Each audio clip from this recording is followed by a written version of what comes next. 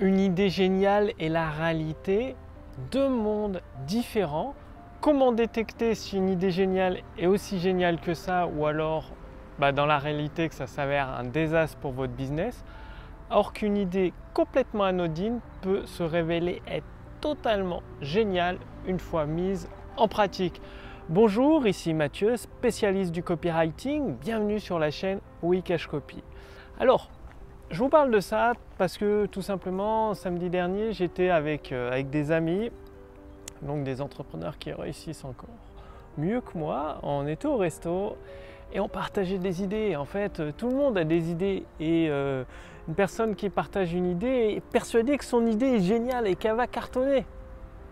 Parce qu'en théorie, elle explique les gens vont faire ça, ça, ça va les aider à faire ça, ça, ça et ça. Et il s'avère que dans la pratique, d'autres entrepreneurs qui ont le recul nécessaire vont expliquer que dans la pratique, la théorie et la pratique, c'est deux choses différentes. Parce qu'en fait, je rencontre beaucoup d'entrepreneurs, ils tombent amoureux de leurs idées. Première erreur très grave, ils tombent amoureux de leurs idées, ils sont persuadés qu'elle est géniale, donc en théorie, oui, c'est génial. Mais une fois que l'idée est confrontée à la réalité, ça s'avère un désastre, ça ne se vend pas. C'est typiquement des personnes qui vendent ce dont les gens ont besoin. Donc qui vendent, faut faire un régime, faut faire de la musculation, faut faire des exercices, au lieu de vendre ce que les gens veulent. Ce que les gens veulent, c'est perdre du poids ou gagner de l'argent. Mais ils ne veulent surtout pas travailler, surtout pas réfléchir.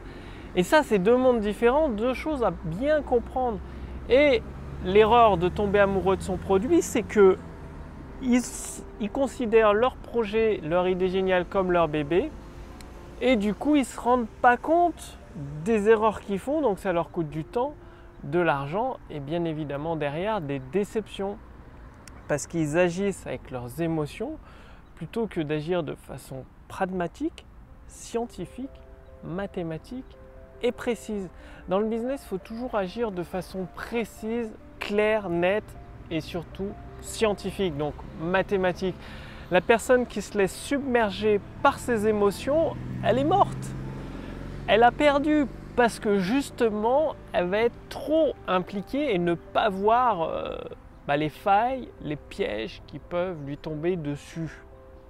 Donc, bien sûr, il faut être passionné, bien sûr, il faut être motivé, il faut être enthousiaste et tout. Mais enthousiaste à l'idée de monter le business, monter les mécanismes, monter vos équipes, monter les automatismes et surtout vos idées, toutes vos idées, même l'idée qui paraît complètement débile. Il y a des idées qui sont, là j'ai pas d'exemple sous la main, mais le fil à couper le beurre par exemple, ou les laisses pour les chiens qui reviennent toutes seules. C'est des idées, faut pas être Einstein pour les avoir inventées. Par contre, c'est des idées géniales parce qu'elles répondent à un besoin des gens. Répondre à un besoin des gens, c'est extrêmement important. Et donc les idées anodines aussi, faut les confronter à la réalité, très très important.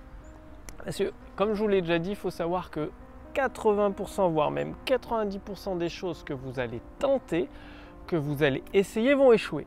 C'est aussi simple que ça. Le comportement par défaut dans la nature, c'est l'échec.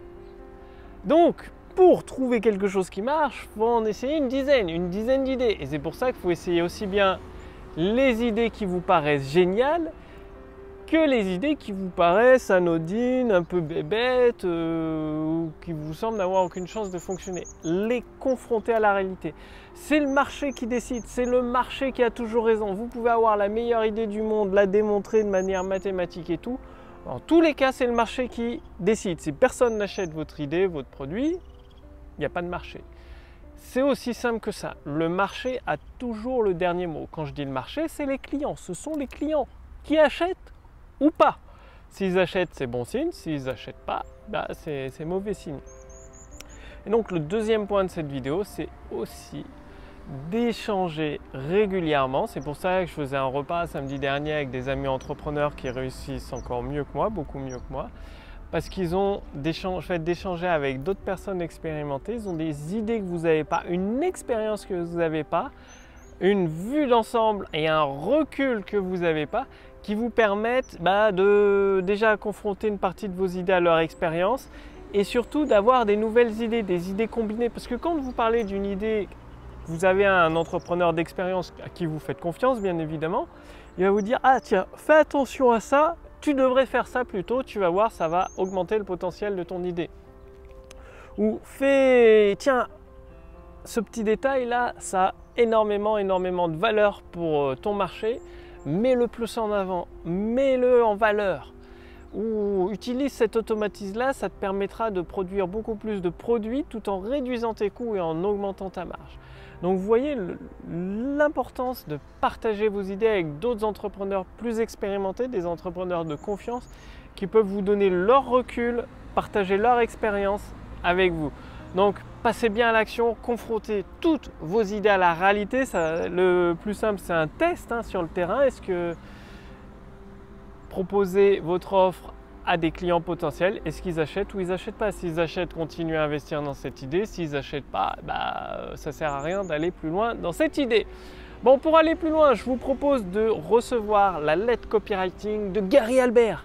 Cliquez sur le lien dans la description sous cette vidéo. Au-dessus de cette vidéo, vous allez tout recevoir gratuitement. Gary Albert, c'est un faiseur de fortune. Il a formé toute une nouvelle génération de copywriters qui se sont enrichis grâce à ses conseils, ses recommandations en copywriting.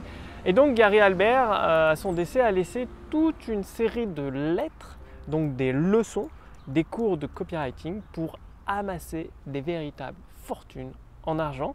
Donc mon équipe a attaqué la traduction de ces lettres copywriting de Gary Albert. Le lien est sous cette vidéo, au-dessus de cette vidéo. Vous pouvez tout recevoir entièrement, complètement, gratuitement. Cliquez dessus pendant que c'est possible parce que bien évidemment ça représente des coûts pour mon activité, des coûts de plusieurs milliers de dollars pour les frais de traduction.